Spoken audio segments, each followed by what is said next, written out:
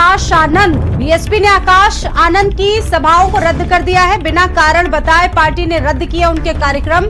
सीतापुर में आकाश आनंद पर दर्ज हुई थी एफआईआर, यानी कि प्राथमिकी दर्ज हुई थी। वहां पर आचार संहिता उल्लंघन का पूरा मामला था और केस दर्ज होते ही आकाश दिल्ली गए, तब से लौटे ही नहीं। आकाश बोले कि ये आतंकवादियों की सरकार है।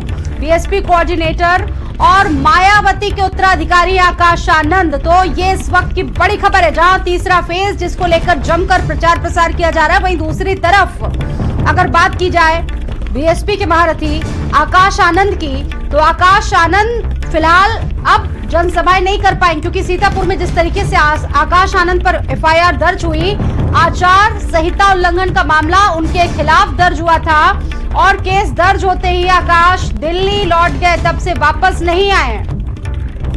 संदीप खेर मेरे साथ जुड़ चुके हैं और ज्यादा बातचीत करेंगे। संदीप, जिस तरीके से लगातार उनके कई विवादित बयान सामने आए थे और अब जाकर ये तमाम चीजें सामने आई हैं, अब क्या रैली नहीं कर पाएंगे आकाश आनंद? क्या जानकारी है उनके बारे में?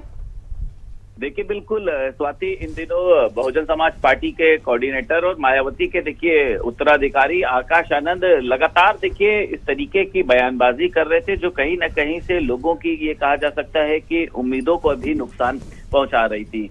सीतापुर में देखिए जिससे ये कहा गया कि आकाश के ऊपर मुकदमा दर्ज हुआ था, आकाश अब चुनावी जो मैदान है उससे पीछे हट चुके हैं और लगातार देखिए इससे तमाम जो इनकी 4 से 5 जो चुनावी सभाएं हैं उनको पार्टी ने रद्द कर दिया गया है और आकाश आनंद अब चुनाव प्रचार की जिम्मेदारी से भी मुझे लगता है कि दूर हो गए और उसी के साथ साथ अब वो वापस दिल्ली लौट गए हैं।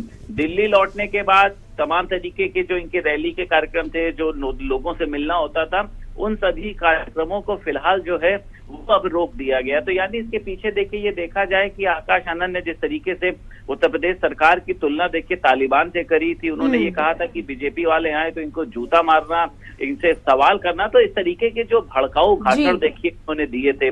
तो ये माना जा सकता है कि आला कमान इनको निर्देश दिया गया हो कि कम से कम जिस तरीके की बयानबाजी जो कर रहे हो उस पर नियंत्रण करना चाहिए, क्योंकि देखिए वो चाहे पीएम मोदी की बात करी जाए, चाहे सीएम की बात करी जाए, सभी को कटघरे में इन्होंने खूब लिया। तो और संदीप, आपने भी देखा होगा किस तरीके से इनके कई विवादास्पद बयान सामने आए।